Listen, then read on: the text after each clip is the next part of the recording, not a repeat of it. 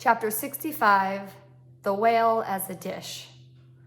That mortal man should feed upon the creature that feeds his lamp, and, like Stubb, eat him by his own light, as you may say. This seems so outlandish a thing that one must needs go a little into the history and philosophy of it. It is upon record that 3 centuries ago, the tongue of the right whale was esteemed a great delicacy in France, and commanded large prices there. Also that in Henry VIII's time, a certain cook of the court obtained a handsome reward for inventing an admirable sauce to be eaten with barbecued porpoises, which, you remember, are a species of whale. Porpoises, indeed, are to this day considered fine eating. The meat is made into balls about the size of billiard balls, and being well seasoned and spiced, might be taken for turtle balls or veal balls. The old monks of Dunfermline were very fond of them. They had a great porpoise grant from the crown. The fact is that among his hunters at least, the whale would by all hands be considered a noble dish, were there not so much of him. But when you come to sit down before a meat pie nearly 100 feet long, it takes away your appetite. Only the most unprejudiced of men, like Stubb nowadays, partake of cooked whales. But the Eskimo are not so fastidious. We all know how they live upon whales and have rare old vintages of prime old train oil. So Granda, one of their most famous doctors, recommends strips of blubber for infants as being exceedingly juicy and nourishing. And this reminds me that certain Englishmen, who long ago were accidentally left in Greenland by a whaling vessel, that these men actually lived for several months on the moldy scraps of whales, which had been left ashore after trying out the blubber. Among the Dutch whalemen, these scraps are called fritters, which indeed they greatly resemble, being brown and crisp and smelling something like old Amsterdam housewives' donuts or oily cooks when fresh. They have such an edible look that the most self-denying stranger can hardly keep his hands off.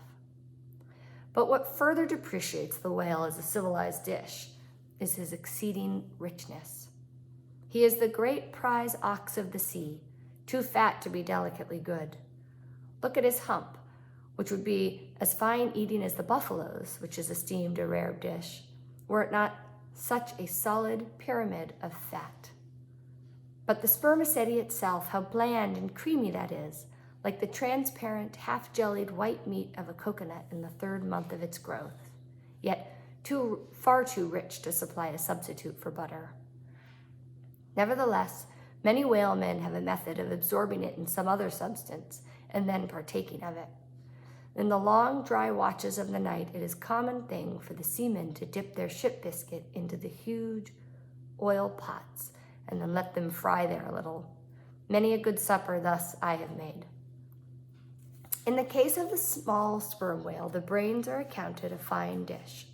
The casket of the skull is broken into with an axe, the 2 plump whitish lobes being withdrawn, precisely resembling 2 puddings.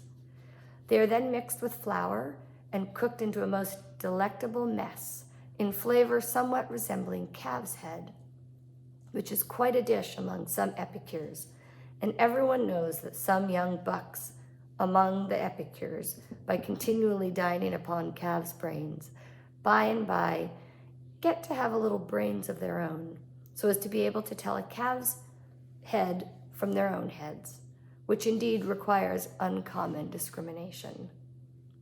And that is the reason why a young buck with an intelligent-looking calf's head before him is somehow one of the saddest sights you can see.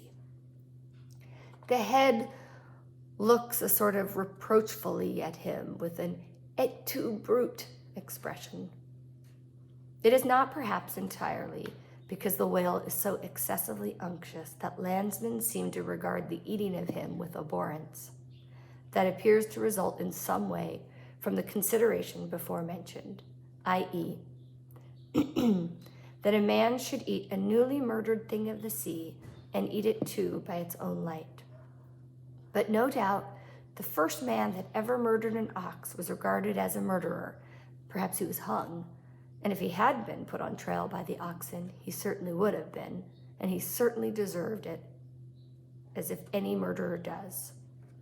Go to the market of a Saturday night and see the crowds of live bipeds staring at the long rows of dead quadrupeds.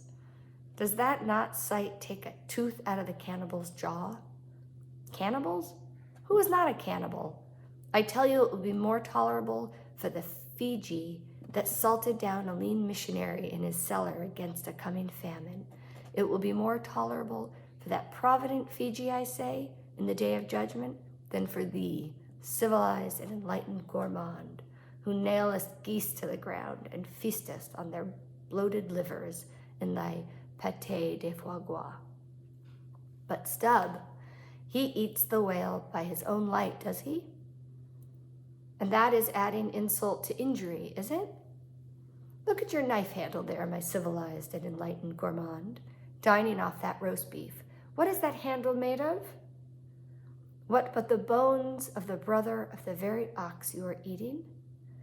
And what do you pick your teeth with after devouring that fat goose? With the feather of the same fowl. And with what quill did the secretary of the Society for the Suppression of Cruelty of Ganders formally indict his circulars? It is only within the last month or two that the society passed a resolution to patronize nothing but steel pens.